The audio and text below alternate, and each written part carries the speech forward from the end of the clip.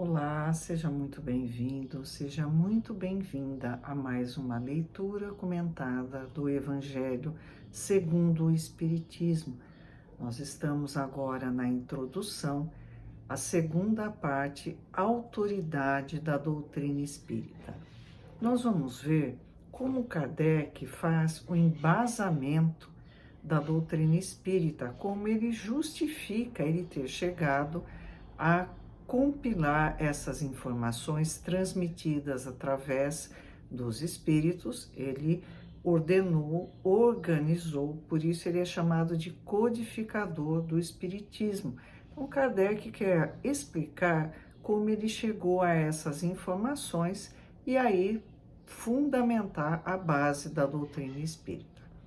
Então, ele começa assim: se a doutrina espírita fosse de concepção puramente humana, não ofereceria por penhor senão as luzes daquele que a houvesse concebido. Muita gente acha que Kardec que criou a doutrina espírita, nada mais distante da realidade. Ele não criou a doutrina espírita, ele coletou as informações. Nós sabemos, através de relatos da Revista Espírita, ou do Livro dos Espíritos, que ele conseguia mensagens vindas de diferentes médiuns, produzidas por diferentes espíritos.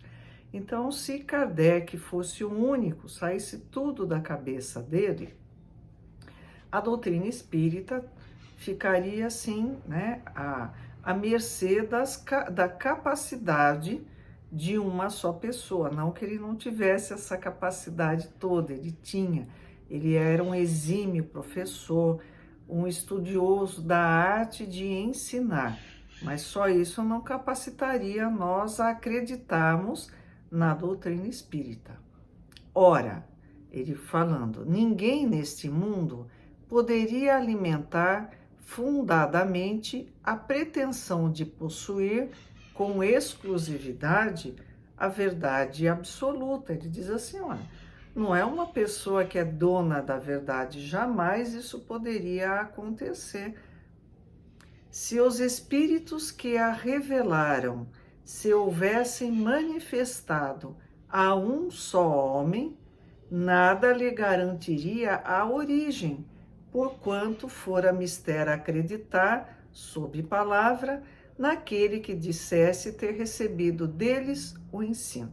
Então, Kardec, como pedagogo, ele vai iniciando uma linha de raciocínio. Primeiro, saiu tudo da cabeça de uma pessoa só. Ele diz, não, que essa pessoa jamais poderia ser a detentora de toda a verdade no mundo.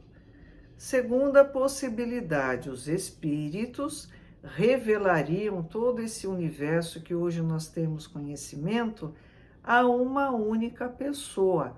Mas ele diz assim, tá, mas aí você vai ter que acreditar nele, vai saber se ele está inventando ou está falando a verdade, não sei. Ele pode ter falseado as ideias que foram trazidas pelos espíritos. Como é que eu vou confiar numa coisa trazida por uma única pessoa? Ele continua, admitida de sua parte sinceridade perfeita, quando muito poderia ele convencer as pessoas de suas relações. Conseguiria sectários, mas nunca chegaria a congregar todo o mundo. Então, se fosse uma pessoa bacana, equilibrada, ele trouxesse essas informações dadas pelos espíritos, as pessoas que conhecessem esse informante, né, essa fonte de informação, poderiam até acreditar nele, mas o restante do mundo não.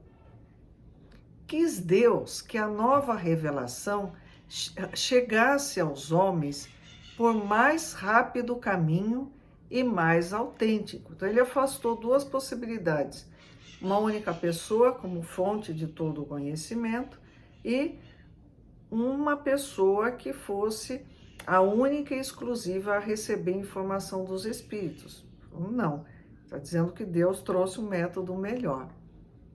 Incumbiu, pois, os espíritos de levá-la de um polo a outra, manifestando-se por toda parte, sem conferir a ninguém o privilégio de lhes ouvir a palavra. Na época onde começaram os fenômenos de intercâmbio entre o mundo espiritual e o mundo material, eles aconteceram em várias partes do planeta. E nós temos que ter essa dimensão que naquela época a comunicação não é como é hoje. Eu estou falando aqui, alguém imediatamente pode já estar interagindo comigo. As comunicações eram feitas através de cartas. Uma carta chegava um mês, né? Levava um mês para chegar até o seu destinatário.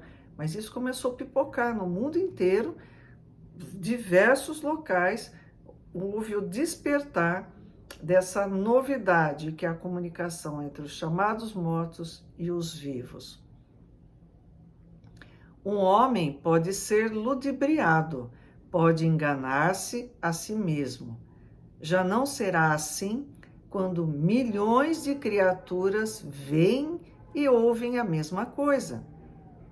Constitui isso uma garantia para cada um e para todos. Foi assim que o Livro dos Espíritos foi redigido. Kardec enviava perguntas a diversos médiuns, proposição de temas, diversas partes do mundo. Ele recolhia essas comunicações que eram por escrito, era psicografia, fazia uma revisão geral e via o que essas ideias tinham em comum. Então, muitas falavam a mesma coisa de maneira diferente. A conclusão dele que isso deveria ser verdade, e aí ele passou a montar o Livro dos Espíritos. Então, se diversas pessoas falam coisas parecidas, aí está a verdade. Ademais, pode fazer-se que desapareça um homem, mas não se pode fazer que desapareçam as coletividades. Podem queimar-se os livros, mas não se podem queimar os espíritos. Kardec sabia, ele tinha informações por parte dos espíritos que se ele abandonasse esse projeto no meio do caminho, outros tomariam o seu lugar.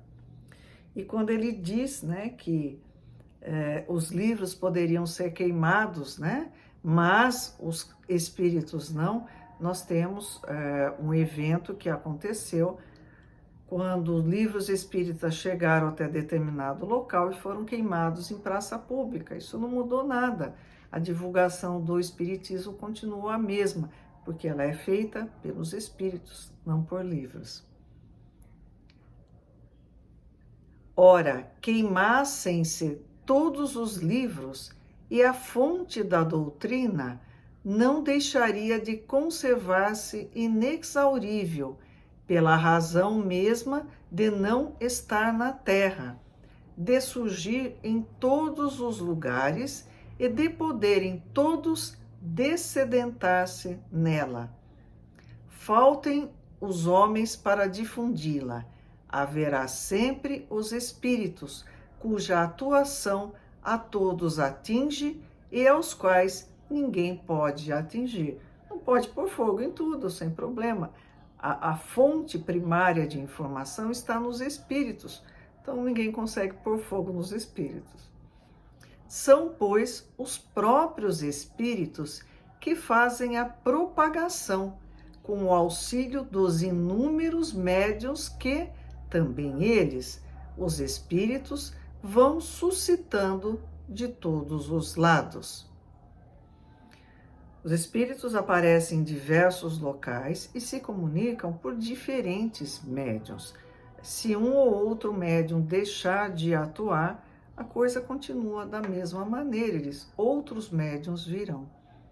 Se tivesse havido unicamente um intérprete, por mais favorecido que fosse, o espiritismo mal seria conhecido.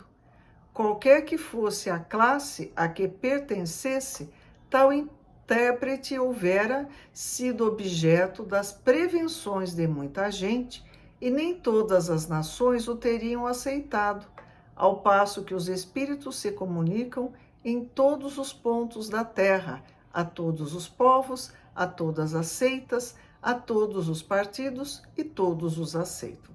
Novamente, temos que ver o contexto. Kardec falava do século XIX. Naquela época, a classe social era muito importante. Não havia comunicação entre as classes, nenhuma pessoa, dificilmente ela passaria de uma classe social para outra. Cada um no seu quadrado, era assim que era.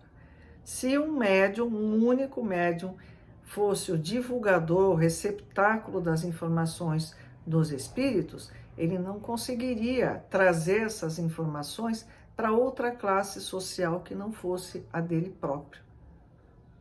O espiritismo não tem nacionalidade e não faz parte de nenhum culto existente. Nenhuma classe social o impõe, visto que qualquer pessoa pode receber instruções de seus parentes e amigos de além-túmulo. Cumpre seja assim, para que ele possa conduzir todos os homens à fraternidade.